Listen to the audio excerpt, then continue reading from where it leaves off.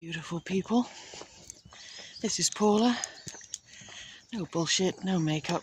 Let's just talk about grief and death. So, did you know that April is supposed to be Stress Awareness Month?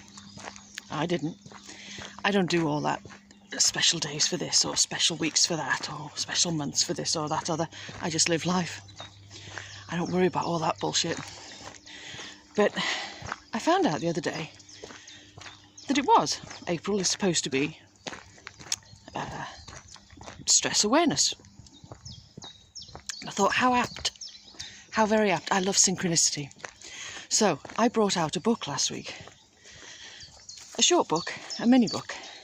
I'm doing a series of mini books, but this one is How Do I Deal with Stress When Grieving? I thought that's apt. I didn't know about the stress thing. It just felt right to talk about that first, because that's what I come across a lot. People dealing with their stress, especially when grieving. So it's available on Amazon. It's an ebook. It'll take you a day to read it, maybe a couple of hours.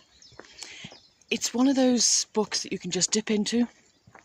Tells you a bit of information, gives you scenarios of what's stressful, and it gives you a bit of a self-help section as well. And I'm going to do a series of mini books like that, and they're all going to be under the heading of How Do I... So look out for that one on Amazon if you want it.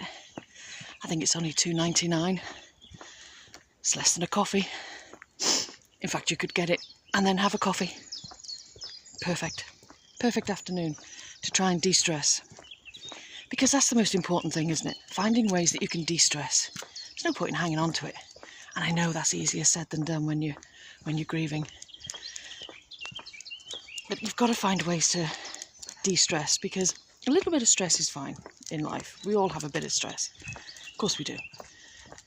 But when you let it overwhelm you, which is very easy to do when you're grieving, because you're raw, you know, your emotions are right there on the surface, and everything can kick you off, and everything can be just too much, you know.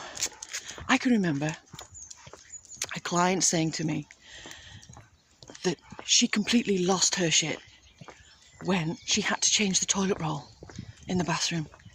That was the catalyst that just sent her down a spiral of really stress, and she couldn't cope because it was one of those weird things that you had to clip on and do this, that, and she couldn't do it, and she just lost her shit, and she just and it can be something so small like that you get stressed about, and it just blows up. So buy my book if you wanna.